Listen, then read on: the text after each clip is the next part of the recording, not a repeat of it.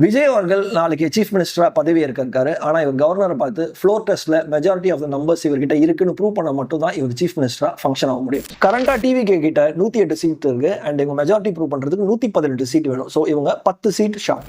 DMK அலையன்ஸ்ல இருக்கிற காங்கிரஸ் அவங்க கிட்ட 5 சீட் இருக்கு அண்ட் அவங்க டிவிகேக்கு ஆதரவு தரேன் அப்படின்னு சொல்லியிருக்காங்க. டிஎம்கே அலையன்ஸ்ல இருக்கிற மிச்ச பார்ட்டிஸையும் டிவிகே ரீச் பண்ணியிருக்காங்க. ஆனா அவங்க யாரும் ஒரு கிளியரான ஆன்சர் இது வரைக்கும் சொல்லல. ஆட்சி ஃபார்ம் பண்ணா இவங்களுக்கு 118 சீட் வேணும். ஆனா இவங்க எல்லாரும் ஆதரவு கொடுத்தாலும் 118ல இருந்து 122 வரைக்கும் தான் சீட்ஸ் வரும். அது எப்பயுமே ஒரு ரிஸ்கியான சிச்சுவேஷனா இருக்கும். ஏன்னா யாராவது ஒருத்தங்க இல்ல 2 பேர் ரிசைன் பண்ணாலும் ஆட்சி கவர்றதுக்கான சான்ஸ் இருக்கு.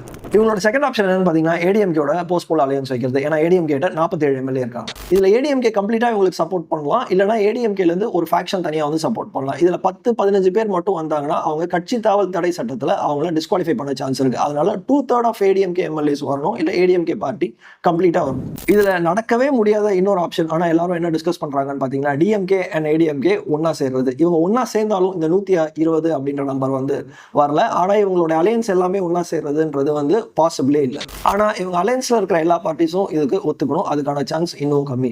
ஸோ டிஎம்கே ஏடிஎம்கே இவங்க எல்லாரும் சேர்ந்து விஜய்க்கு அகேன்ஸ்டா இன்னும் ஒரு ஃப்ளோர் டெஸ்ட்ல வந்தாங்கன்னா அப்போ இவங்க ஜெயிக்கிறதுக்கான சான்சஸ் இருக்கு. பட் அகைன் அதோடைய சான்சஸ் ரொம்ப ரொம்ப கம்மி.